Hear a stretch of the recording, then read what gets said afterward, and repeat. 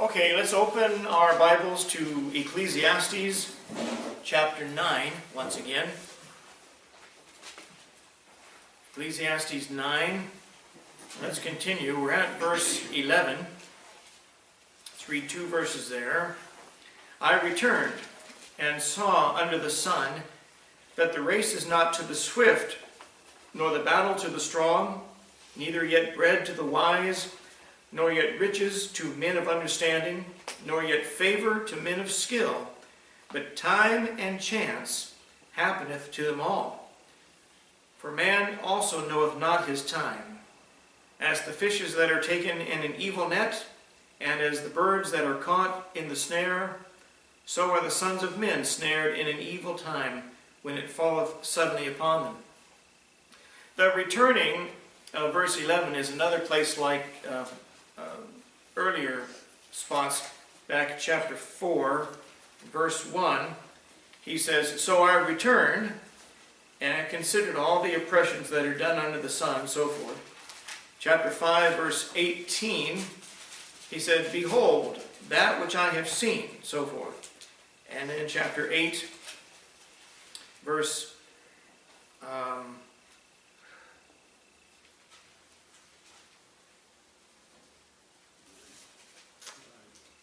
11, I returned and saw under the... Oh no, that's the verse we're at.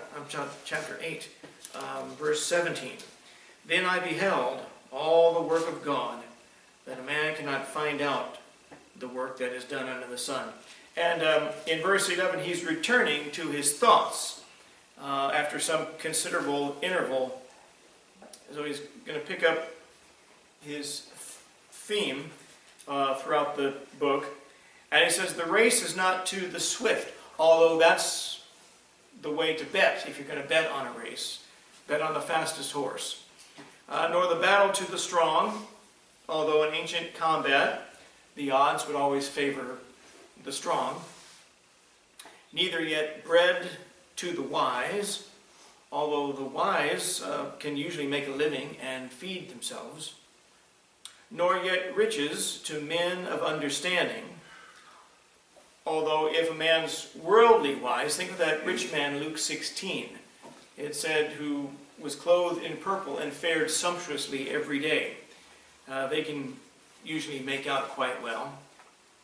He says, nor yet favor to men of skill, although the general rule would say otherwise. Proverbs 22:29 says, Seest thou a man diligent in his business? He shall stand before kings. He shall not stand before mean men. And then he concludes, But time and chance happeneth to them all. The problem is that time and chance fall suddenly on the victim, as he says, I think, the end of verse 12. And there's no time for preparation. There's no warning.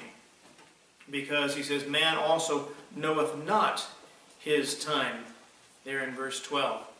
Go forward, if you will, to Isaiah chapter 30.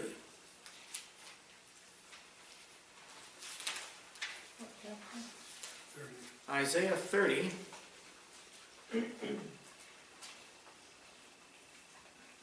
Isaiah told of Judah being overrun by Babylon, and those who would submit to the Babylonians would be spared alive. But those who tried to flee from their invasion and get down to Egypt would be destroyed. Notice there in Isaiah 30 and verse 16, But ye said, No, for we will flee upon horses. Therefore shall ye flee, and we will ride upon the swift. Therefore shall they that pursue you be swift. Solomon warns against being swift to do mischief back in Proverbs 6 and verse 18. Proverbs 6, 18, And heart that deviseth wicked imaginations, feet that be swift in running to mischief. The swift do not always win. And in 1 Samuel 17, the strong man, and that story was obviously Goliath, but he got clobbered by a little shepherd named David. Elijah had to have the ravens come and feed him while he was fleeing out in the wilderness. 1 Kings 17. Although he had much more, 10 times the wisdom of the kingly persecutor Ahab. Paul the Apostle was certainly a man of understanding in the New Testament, yet when he died penniless. And time and chance, it says, happeneth to them all, in verse 17. Nobody knows what the day will bring once they pick their head up off their pillow. And it doesn't matter what your accomplishments have been, who you are, how much money you have or have saved and earned, how good of health you feel that you're in at the moment. You have no guarantee that you're going to put your head safely down on the pillow that night. Think of the irony of a few people like General Patton, George S. Patton. I think everybody knows of his fame and his achievement as was it the Second Army in World War II. I think that's one of my favorite movies that we have at home, is the movie Patton. And after surviving war in World War I, World War II, he ends up getting killed in a car accident, and the car wasn't going any more than about 30 miles an hour, 35 miles an hour. And Margaret Mitchell, she wrote the book Gone with the Wind. And I think she also gained some notoriety as a journalist, writing for a major American newspaper. But at 49 years old, gets killed in a car accident in the streets of Atlanta. And it was a great World War II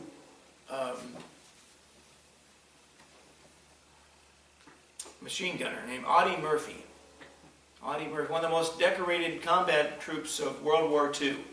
I think he had just about every award he received from Congress in the United States that could be given to an enlisted man, and held off an entire German company with a machine gun, and when he was 19 years old. And he ended up dying in a airplane accident when he was 46.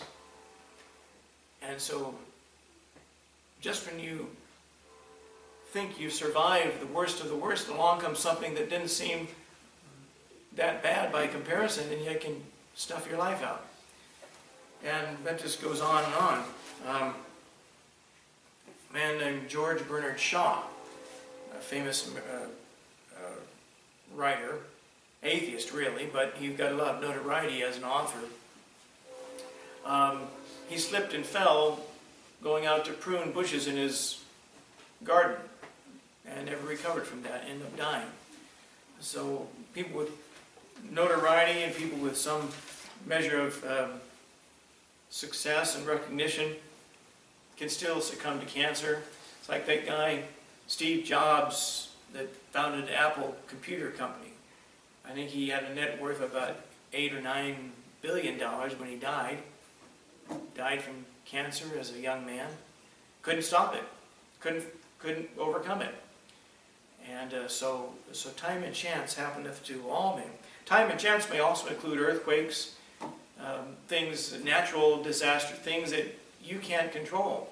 Remember that tsunami back in 2004 over in the Indian Ocean or off Indonesia? 250,000 people died just like that. Nobody thought the day would bring that, but it did. And volcanoes and avalanches in places where you happen to be in the wrong place at the wrong time. Verse 12 says, as the fishes that are taken in an evil net, and as the birds that are caught in the snare. Those are very simple, common illustrations about any fish can get caught, any bird can be caught, just like all the other birds in the flock or fish in the school of fish. But there's a sort of an ominous truth at work behind it. I want you to look at a few other texts with me.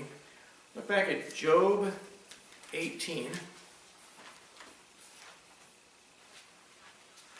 Job 18 and verse 8 says, here's Bildad the Shuhite reproving Job.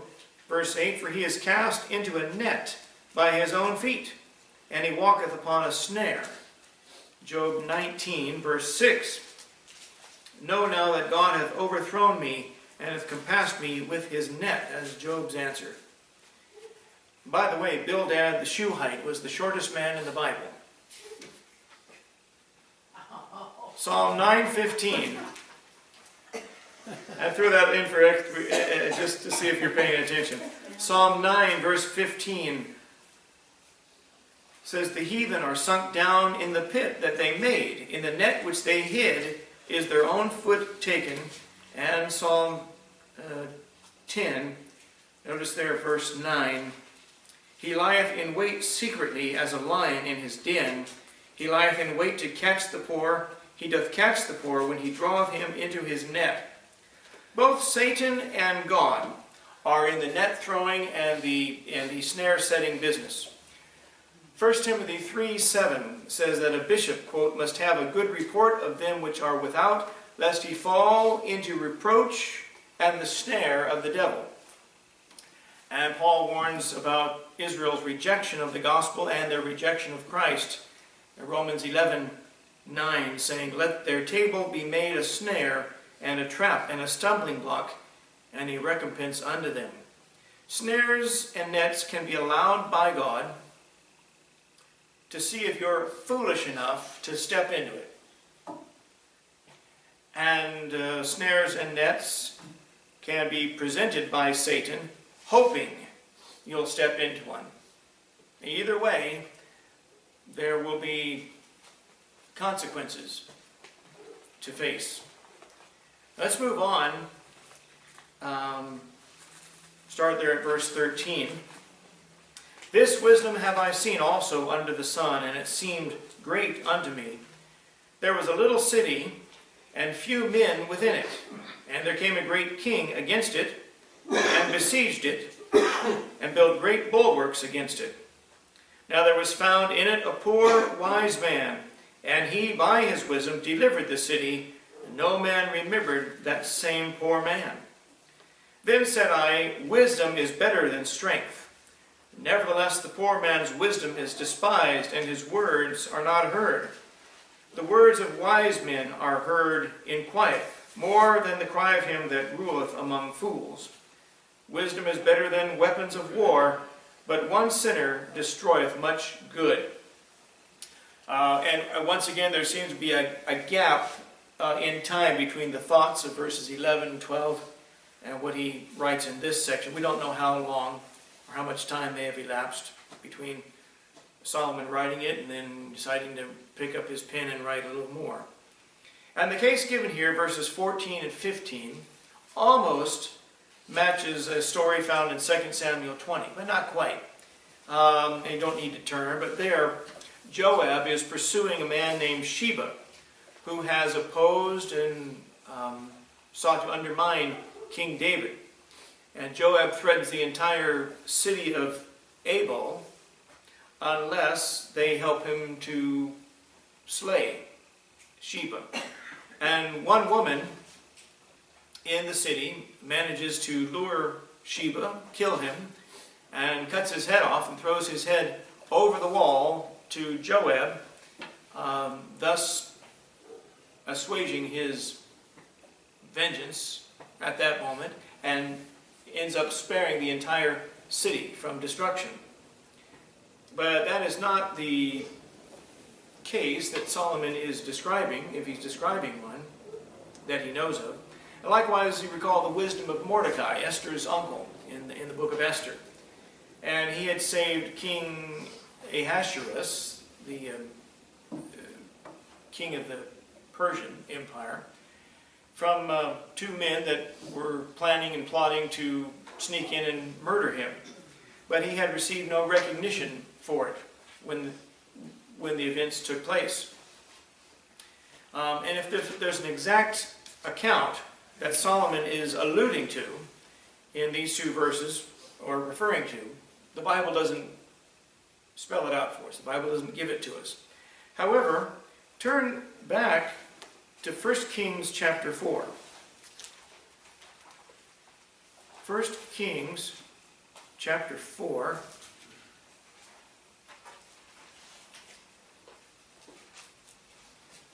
And notice there verses 30 and 31. 1 Kings 4, verses 30 and 31. And Solomon's wisdom excelled the wisdom of all the children of the east country, and all the wisdom of Egypt. For he was wiser than all men, than Ethan the Ezrahite, and Heman, and Chalcol, and Darda, the sons of Mahol. And his fame was in all nations round about. There are some who think that the wisdom of Solomon had gained fame as far away as India in his day, perhaps China. We don't know for certain, but there seems to be, over history and archaeological finds, seem to suggest that his reputation had traveled as far east as India in his day. Surely, when they traveled to hear the wisdom of Solomon, he learned a lot about their kingdoms and their empires, and their nations as well. Verse 34, and there came of all people to hear the wisdom of Solomon from all kings of the earth, which had heard of his wisdom. Verse 32, it says, he spake 3,000 proverbs, his songs were 1,005. Solomon also wrote, scornful men bring a city into a snare, but wise men turn away wrath, in Proverbs 29:8. Back in our text, verse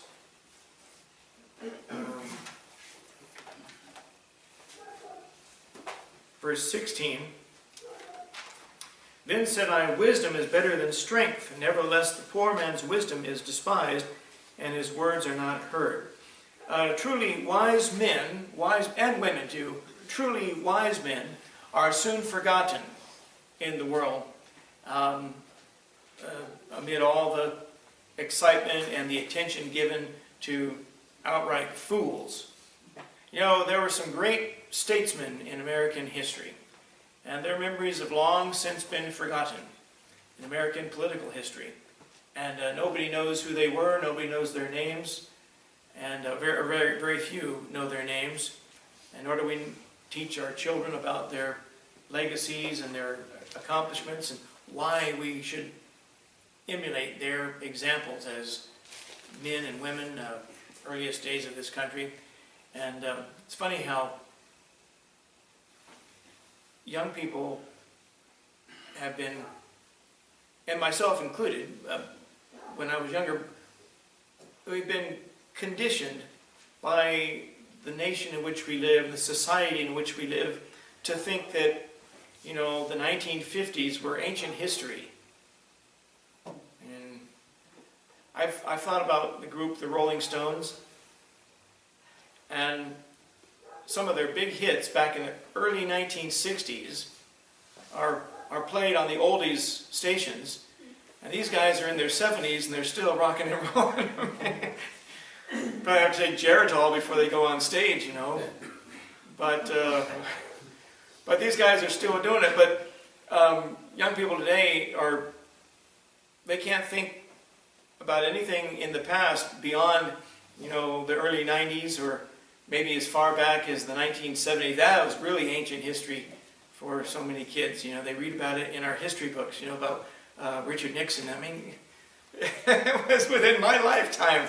So I don't feel like I'm that old yet. But so we don't teach the stories of people of great character and great moral character and great spiritual character, and not even in churches, as we used to do, as we ought to. Do you know that two men, J. Frank Norris and Billy Sunday, did more to help America than FDR did by their preaching. They made much better contributions to the life of a spiritual life of Americans, and they live in the same era, roughly the same era. And Billy Sunday almost single-handedly brought about prohibition in the 20s and the early 30s. But Americans decided to go back on the bottle, and this country hasn't been the same since. But who knows his name? They kind of make gods out of politicians, and they've made gods out of FDR and the Kennedys and Camelot and all that jazz. But why are kids taught how virtuous the Kennedys were and how rotten evil Ronald Reagan was? That seems to be the mentality of American life these days. But great men, great women are soon forgotten, and they have their reputations and memories have to give way to riffraff. Why does God take great Christians home and leave people like Madonna behind? You know, and Michael Jackson, well, he's gone now, but not any too soon. Verse 17, the words of wise men are heard in quiet, more than the cry of him that ruleth among fools. According to Solomon, the words of wise men are the words of soul winners.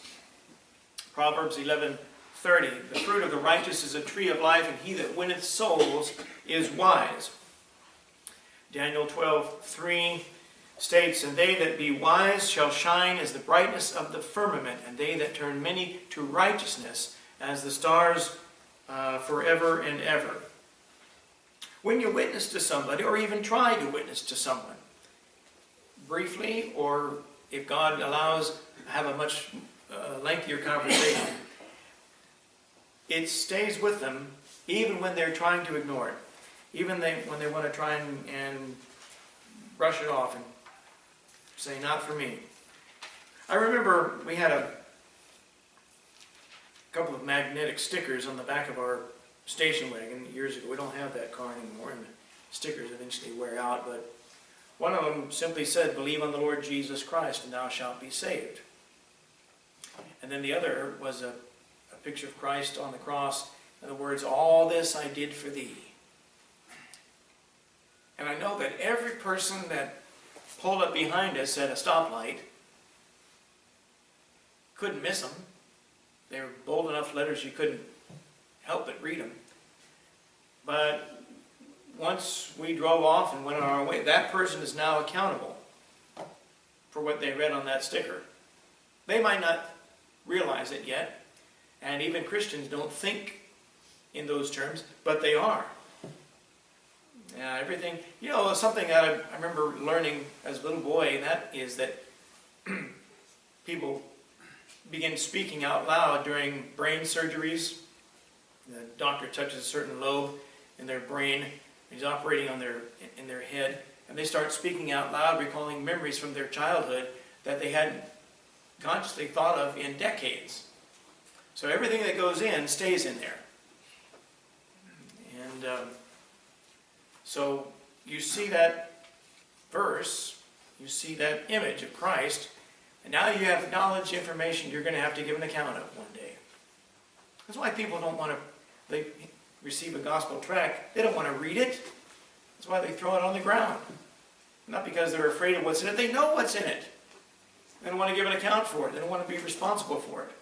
But they will be. And Isaiah 55 verse 11, so shall my word be that goeth forth out of my mouth, it shall not return unto me void, but it shall accomplish that which I please, and it shall prosper in the thing whereto I sent it. We'll stop right there for tonight. But, well, I guess there's one more verse left there. Ecclesiastes 9:18. Wisdom is better than weapons of war, and one sinner destroyeth much good. And you could probably come up with your own examples of how one person did something rotten and ruined something that would have been good otherwise. One young lady can turn the head of some young man who wants to live for Jesus And next thing you know, he's living for the flesh and seeking after the flesh because he wants to please that girl. And forget all about the Bible, forget all about church and Sunday school, and any promises he made to the Lord. One person can ruin a lot of good by simply a little bit of bad. A little leaven leaveneth the whole lump. And one sinner can destroy much good.